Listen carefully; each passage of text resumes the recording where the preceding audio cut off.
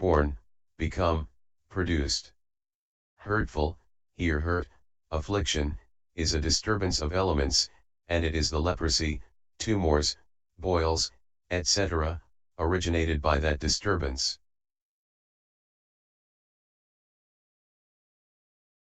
Hurtful, Vyabhadhika, because arisen in the form of hurt, Vyabadha. Feelings, painful feelings, feelings resulting from unprofitable kama from those hurtful feelings. For complete immunity from affliction, for complete freedom from pain, so that all that is painful is abandoned, is the meaning. This is how this virtue concerning requisites should be understood.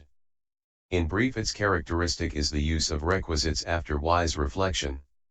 The word meaning here is this: because breathing things go, ayanti, move, proceed, using what they use in dependence on these robes, etc., these robes, etc., are therefore called requisites. Pakaya equals ger of pay plus ayati, concerning requisites is concerning those requisites. 98. A. So, in this fourfold virtue, Padamokha restraint has to be undertaken by means of faith. For that is accomplished by faith, since the announcing of training precepts is outside the disciples' province, and the evidence here is the refusal of the request to allow disciples to announce training precepts, see Ven 3:9-10. Having therefore undertaken through faith the training precepts without exception as announced, one should completely perfect them without regard for life. For this is said, 36. As a hen guards her eggs, or as a yak her tail, or like a darling child, or like an only eye.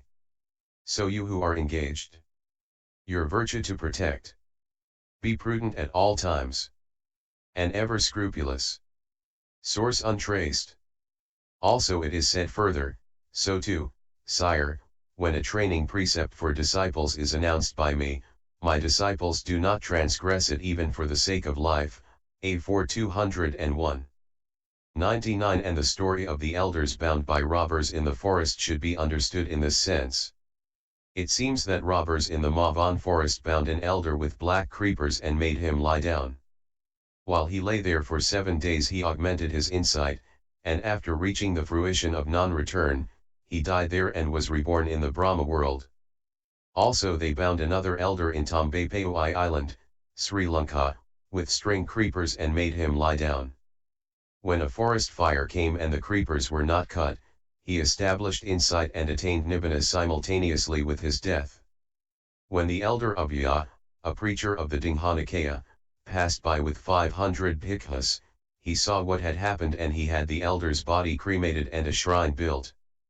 Therefore let other clansmen also maintain the rules of conduct pure, renouncing life if there be need, rather than break virtues restrained by the world's Savior decreed. 100. B. And as Padamokha restraint is undertaken out of faith, so restraint of the sense faculties should be undertaken with mindfulness. For that is accomplished by mindfulness, because when the sense faculties' functions are founded on mindfulness, there is no liability to invasion by covetousness and the rest.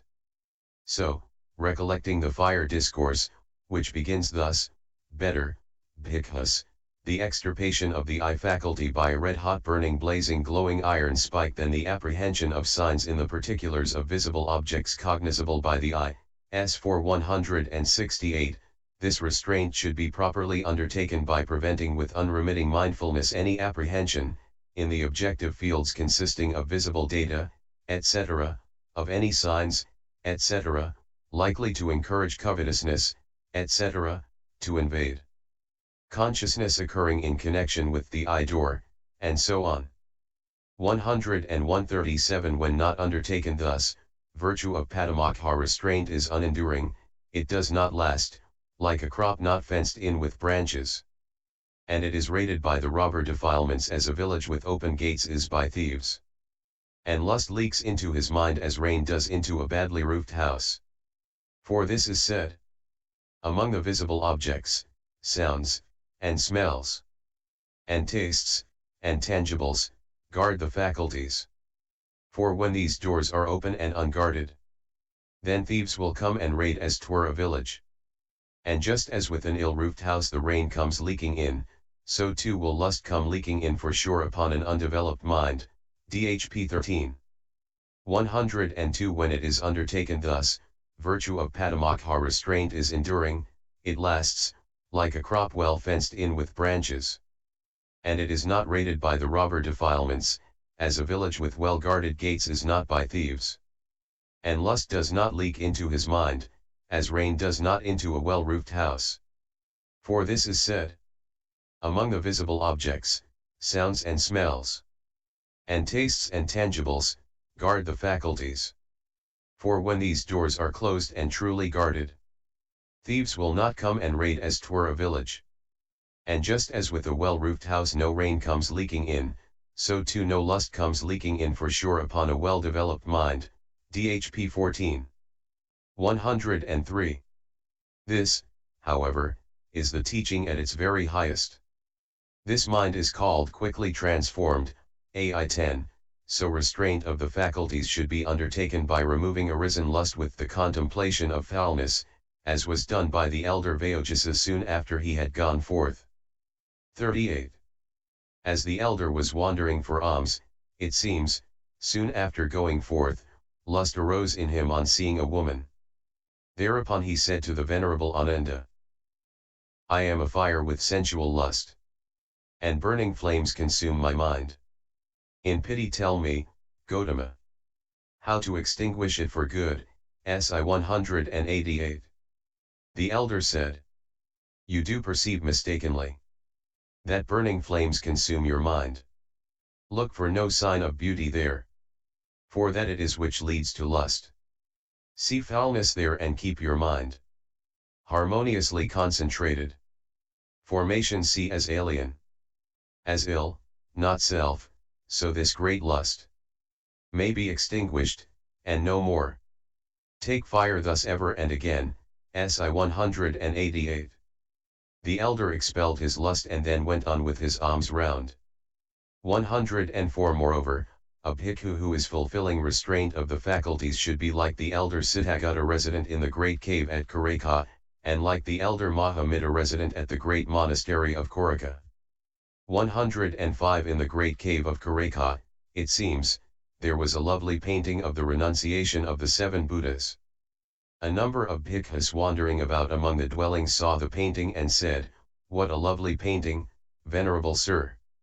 The elder said, for more than 60 years, friends, I have lived in the cave, and I did not know whether there was any painting there or not.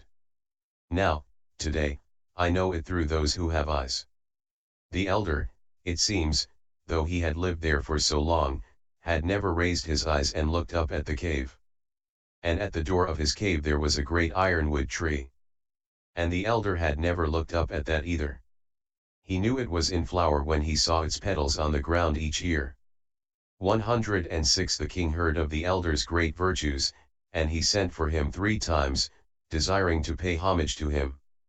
When the elder did not go, he had the breasts of all the women with infants in the town bound and sealed off, saying as long as the elder does not come let the children go without milk.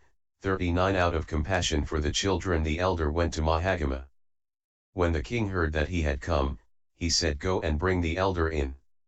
I shall take the precepts. Having had him brought up into the inner palace, he paid homage to him and provided him with a meal. Then, saying, today, venerable sir, there is no opportunity. I shall take the precepts tomorrow, he took the elder's bowl. After following him for a little, he paid homage with the queen and turned back. As 7 days went by thus, whether it was the king who paid homage or whether it was the queen, the elder said, may the king be happy.